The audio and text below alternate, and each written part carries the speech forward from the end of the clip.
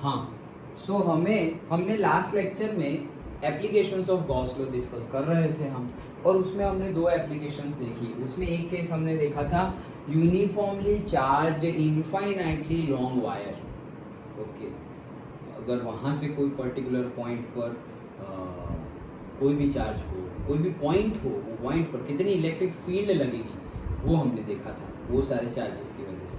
फिर दूसरा हमने लिया था केस इनफाइनाइट लॉन्ग शीट का, प्लेन शीट।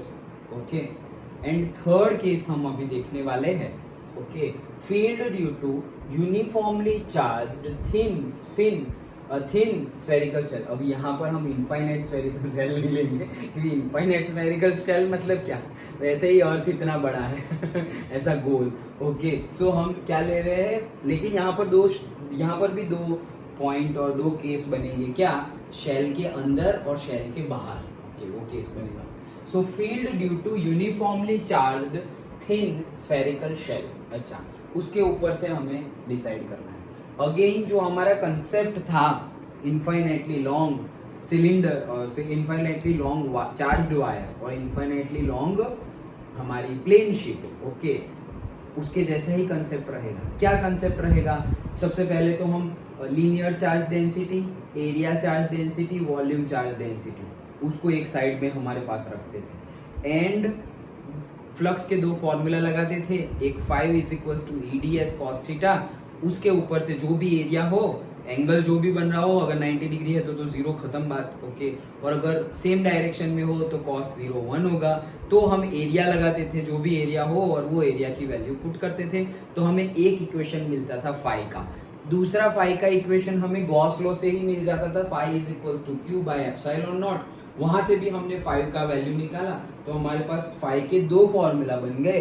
दोनों में LHS में फाई है, तो RHS में जो वैल्यू है उसको भी हम कंपेयर कर सकते हैं। दोनों को कंपेयर किया, जो कट हो रहा है कट किया, हमें इलेक्ट्रिक फील्ड का फॉर्मूला मिल जाता है। ये हमारी मेथड्स है तीनों केस में, और न्यूमेरिकल होगा तो न्यूमेरिकल में भी हम ऐसे ही आगे बढ़ेंगे। तो दो केस में भी हम ऐसे ही आगे बढ़े थे, इसमें भी हम ऐसे ही आगे बढ़ते हैं। देखो, सबसे पहली बात क्या है, let sigma be the uniform surface charge density of a thin spherical shell of a radius r। तो मैं क्या ले रहा हूं, सबसे पहले तो रेडियस r, ये रहा, यहाँ पे ही जो फिगर है उसी में देखते हैं क्या, कि मैंने क्या ले लिया है, एक r रेडियस का, रेडियस कितनी है, कैपिटल r, हाँ, कैपिटल r रेडियस का एक थिन, बहुत पतला है, स्फेरिकल शेल ले लिया है। ओके, तो ये मैंने ले लिया। Now the situation has obvious spherical symmetry। spherical symmetry ही होगी, मतलब जितना इस साइड, मतलब ओवल टाइप नहीं है, सर्कल ही है अच्छा वाला। स्फीयर मतलब क्या, रेगुलर स्फीयर है हमारा। ओके, दिस सिचुएशन, हाँ ठीक है। The field at any point P outside or inside can depend only on the R। Okay, and must be radial. हाँ, वो तो है ही, क्या कि ऑब्वियसली क्या होगा कि फील्ड जो होगी वो तो रेडियल डायरेक्शन में ही होगी। अगर चार्ज पॉजिटिवली चार्ज है तो रेडियली आउटवर्ड, नेगेटिवली चार्ज है तो रेडियली इनवर्ड। और चार्ज है कहाँ पर, स्फीयर की सरफेस पर।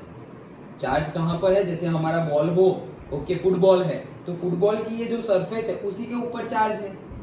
Okay, done. तो चार्ज वहां पर है। अब वो चार्ज पॉजिटिव होगा तो रेडियली आउटवर्ड, नेगेटिव होगा तो रेडियली इनवर्ड। दो केस बनेंगे हमारे, outside the shell and inside the shell, और से shell in the sense sphere. Okay, so outside और इनसाइड किसके ऊपर डिपेंड करेगा, कि जो हम गॉसियन सरफेस और जो हमारा पॉइंट P है, वो पॉइंट P का लोकेशन सेंटर के रिस्पेक्ट में, सपोज मान लो स्मॉल r है, जो हम पॉइंट P ले रहे हैं उसका सेंटर से लोकेशन क्या है, स्मॉल r। अब ये स्मॉल r, जब हमारा जो शेल ऑलरेडी लिया हुआ है उसकी रेडियस क्या है, कैपिटल R। तो ये जो पॉइंट P, मतलब ये कैपिटल R का शेल, तो ये जो अलग कलर से है वो तो हमारा शेल है। अब ये पॉइंट P अगर हमने बाहर लिया तो उस केस में क्या हो जाएगा, small r is greater than capital R। और अगर अंदर लिया तो क्या हो जाएगा, capital R is greater then small r। Done, ये दो केस बनेंगे। तो देखो, सबसे पहला केस देखते हैं, फील्ड आउटसाइड द शेल। मतलब हम क्या लेंगे कि this r is greater than capital R, ये वाला केस ले रहे हैं। Small r is greater than capital R, तभी पॉइंट P बाहर जाएगा ना, अदरवाइज तो अंदर चला जाएगा।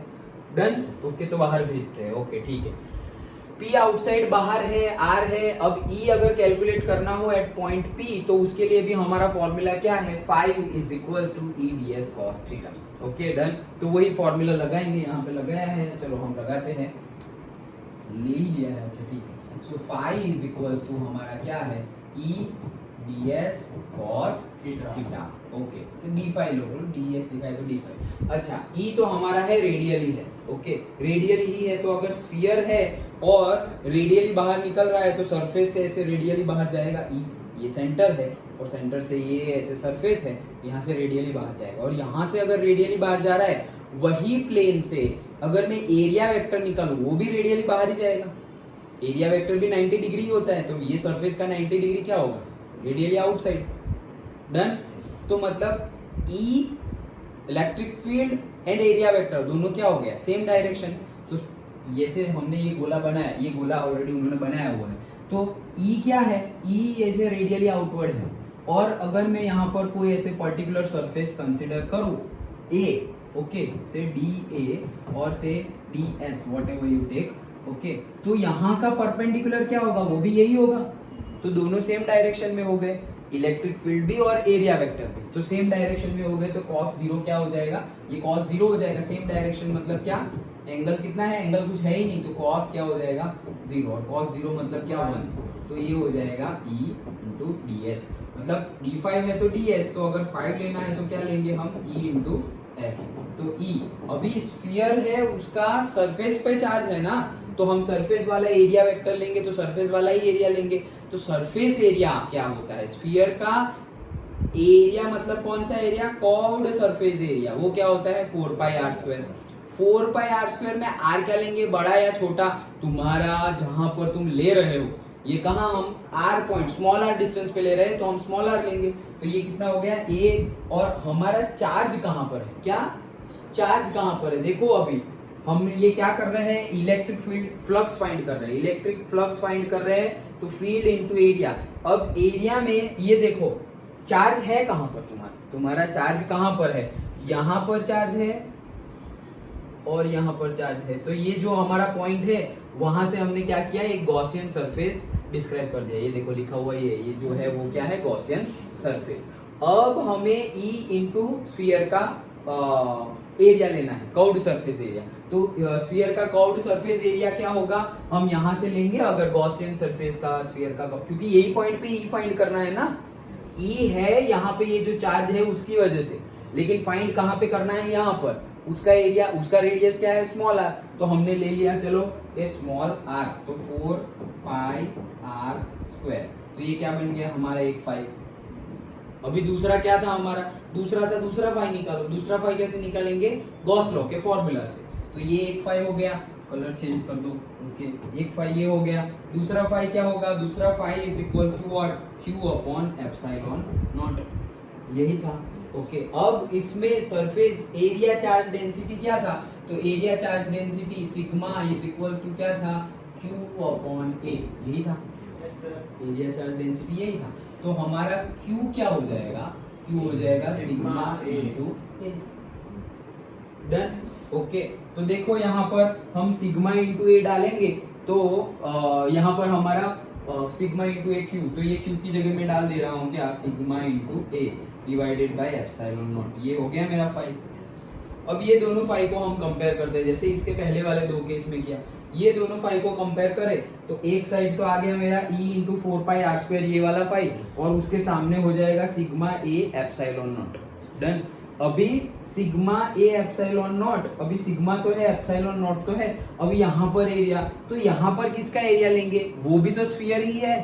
ये कौन सा है, यूनिट एरिया चार्ज डेंसिटी, मतलब कि अगर ये यूनिट रेडियस का स्फीयर होता है, unit 1 centimetre 1 metre unit dimension का स्फीयर होता, तो उसके कर्व्ड सरफेस एरिया पर कितना चार्ज होता, वही है एरिया चार्ज डेंसिटी।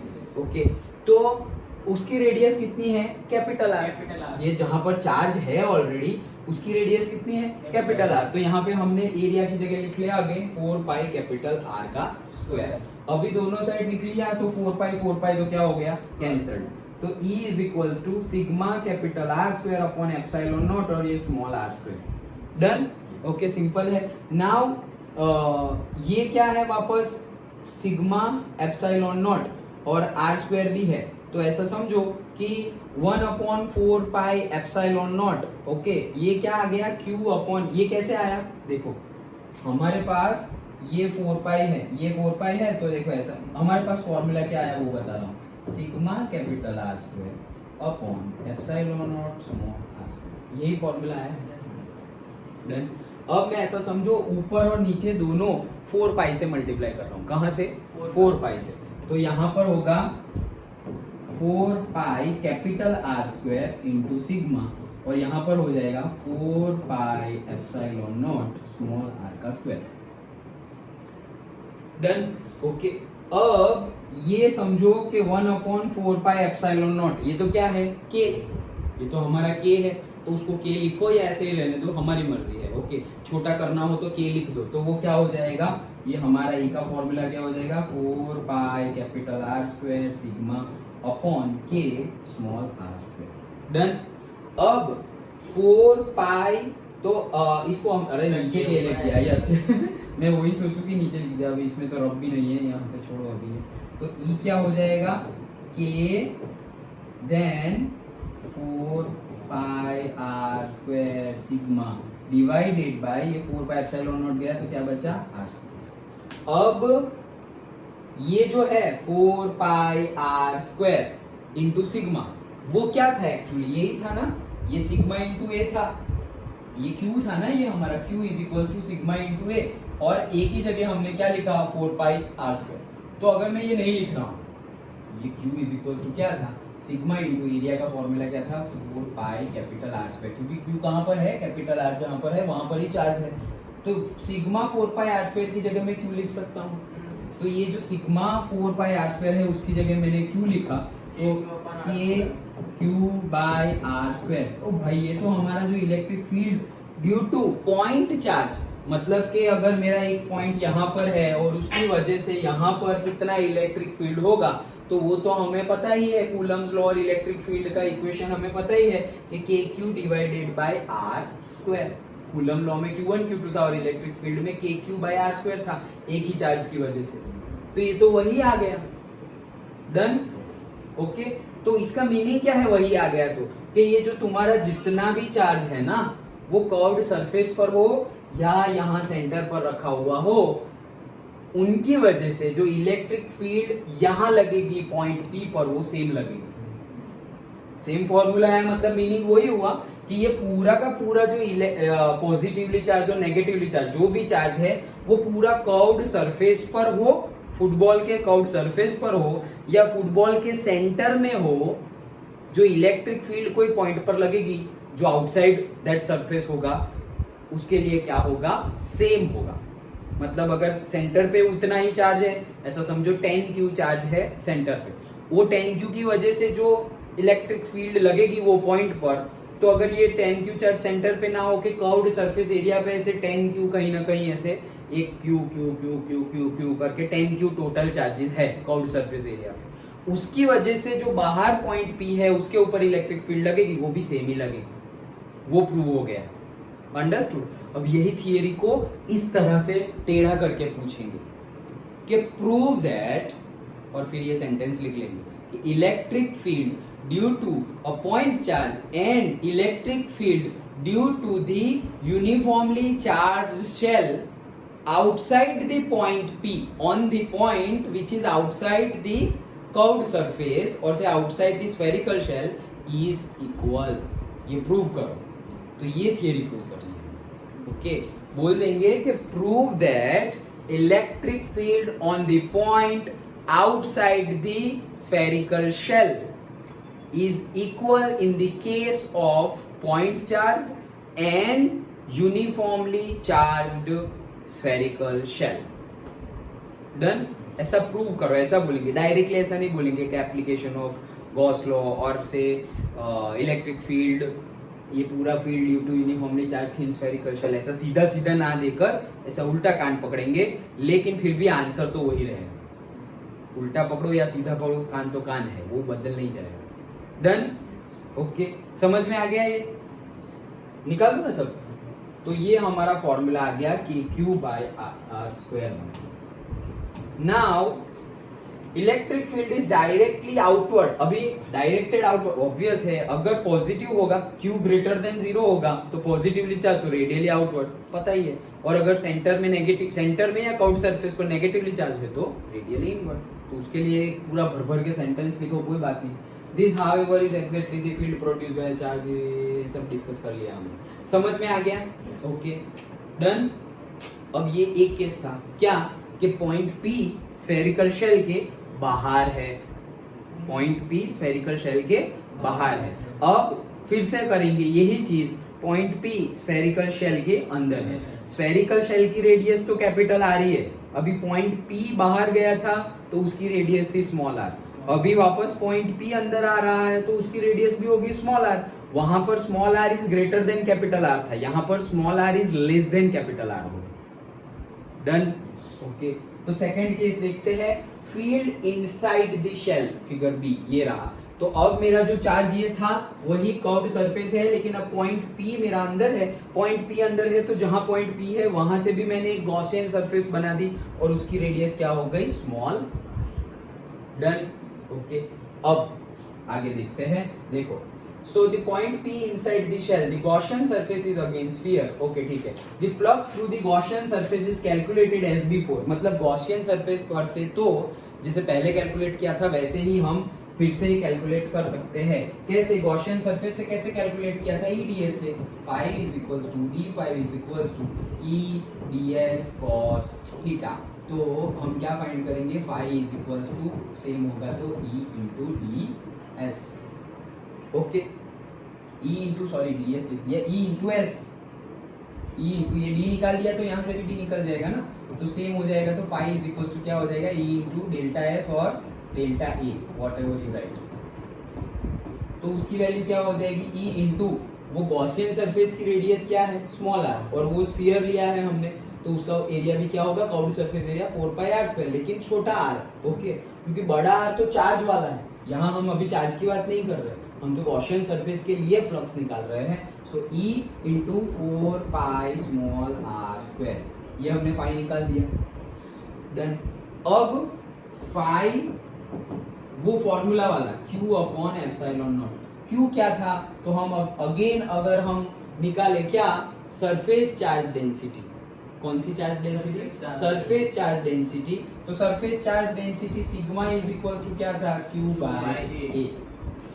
अभी Q बाय A था तो ये Q क्या है कि तुम्हारी गॉसियन सरफेस चार्ज, ये Q बाय A और ये Q क्या है, Q है तुम्हारा चार्ज, कहाँ का चार्ज, तुम्हारी गॉसियन सरफेस के अंदर जो चार्ज है वो, इसके पहले भी वही था कि गॉसियन सरफेस जो थी बड़ी वाली, उसके अंदर कहीं पर भी, अंदर एक कर्व्ड सरफेस पर या अंदर सेंटर पर कितना चार्ज है वो, दैट इज द Q, जिसकी वजह से लगने वाली है इलेक्ट्रिक फील्ड। ओके, अब तुम देखो कि अगर फिगर तुमने ध्यान से देखी हो तो ये जो था इसके ऊपर चार्ज था, ये चार्ज था ऐसे ऐसे ऐसे, ऐसे और इसकी रेडियस क्या थी, कैपिटल आर। अब हम अंदर ड्रॉ कर रहे हैं ऐसे, ये है स्मॉल आर, तो ये गॉसियन सरफेस के अंदर कोई चार्ज है क्या, चार्ज है ही नहीं, चार्ज यहाँ नहीं है, यहाँ चार्ज कोई चार्ज नहीं है, चार्ज सिर्फ कहाँ पर है, कर्व्ड सरफेस एरिया पर है। तो गॉसियन सरफेस के अंदर तो कोई चार्ज है ही नहीं, अगर सरफेस पे है तो, सेंटर पे है तो है, अगर सेंटर पे रखा हुआ है तो है, जैसे हमने लास्ट केस देखा उसमें लास्ट में जैसे बोला ना कि भाई फॉर्मूला सेम आ रहा है, मतलब वो कर्व्ड सरफेस पे हो या सेंटर पे हो सेम ही इलेक्ट्रिक फील्ड लगेगी।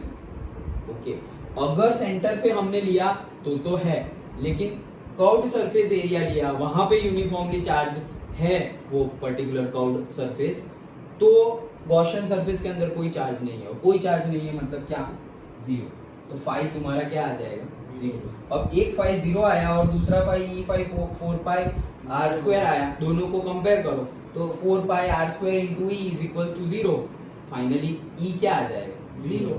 ओके, कब, जब इनसाइड ऑफ द शेल हम पॉइंट लिया है और चार्ज है पूरा का पूरा कर्व्ड सरफेस पर, तो कोई इलेक्ट्रिक फील्ड लगेगी नहीं। डन, पक्का समझ में आ गया। ओके तो देखो ये हमने बोला 4πr², however in this case Gaussian surface encloses no charge, Gaussian surface के अंदर तो कोई चार्ज है ही नहीं, एंड देयरफॉर ई ये जो हमने लिखा वो phi is equals to Q upon epsilon naught, और ये क्यू हम कैसे लिखते थे, surface charge density that is Q is equals to sigma into A से लिखते थे, लेकिन ये पूरा का पूरा क्यू क्या है, जीरो, पूरा का पूरा क्यू क्या है, जीरो, डन, क्योंकि उसके गॉसियन सरफेस के अंदर तो कोई चार्ज है ही नहीं, तो इसकी वैल्यू जीरो रखी तो फाई की वैल्यू आ गई जीरो, ये फाई की वैल्यू जीरो और ये फाई की वैल्यू ये, तो that is equals to zero, और therefore E is equals to zero for R less than R. आया समझ, पक्का। अगेन अगर पॉइंट अंदर होता सेंटर पर तो जीरो नहीं होता, yes, so that is the field due to the uniformly charged thin shell is zero at all points inside the cell. This important result is a direct consequences of Gauss law which follows the Coulomb's law. The experimental verifications of the result confirms 1 upon r² dependence in Coulomb's law. मतलब इसके पहले जो हमने देखा तो Coulomb's law में भी हमने वही बोला था, सेंटर पे चार्ज है और यहाँ पर कोई है तो वैसा उसके ऊपर इलेक्ट्रिक फील्ड लगेगी, लेकिन समझो कि सेंटर पे चार्ज है, कहाँ पे चार्ज है, सेंटर पे चार्ज है, और तुम बोलोगे कि पहले आउटसाइड दी सरफेस था, अभी इनसाइड दी सरफेस, फिर भी कूलम्स लॉ के अकॉर्डिंगली तो डिस्टेंस ही कम हुआ है, वहां थोड़ी कोई गॉसियन सरफेस या ऐसा कुछ था, तो कूलम लॉ से तो तुम फाइंड कर ही सकते हो, लेकिन तुम एप्लीकेशन यहां लगाओगे कि एक स्फेरिकल शेल है और स्फेरिकल शेल की कर्व्ड सरफेस पर चार्ज है, वो कर्व्ड सरफेस पर चार्ज है और स्फेरिकल शेल के अंदर है पॉइंट पी, और बताओ कि वो स्फेरिकल सरफेस पर जो यूनिफॉर्मली चार्ज है वो चार्ज की वजह से ये अंदर पॉइंट पी है, उस पे कितनी इलेक्ट्रिक फील्ड लगेगी, तो जीरो। समझ में आया? याद नहीं रखना है, समझना है, तो ऑटोमेटिकली तुम लिख दोगे। अंडरस्टूड? समझ गए? तो ये थी हमारी applications of the Gauss law. 3 applications we have seen. एक infinitely long uniformly charged wire, okay. दूसरा infinite long plane uniformly charged sheet, okay, मतलब एक्स और वाई डायरेक्शन में इनफाइनाइट है ऐसे।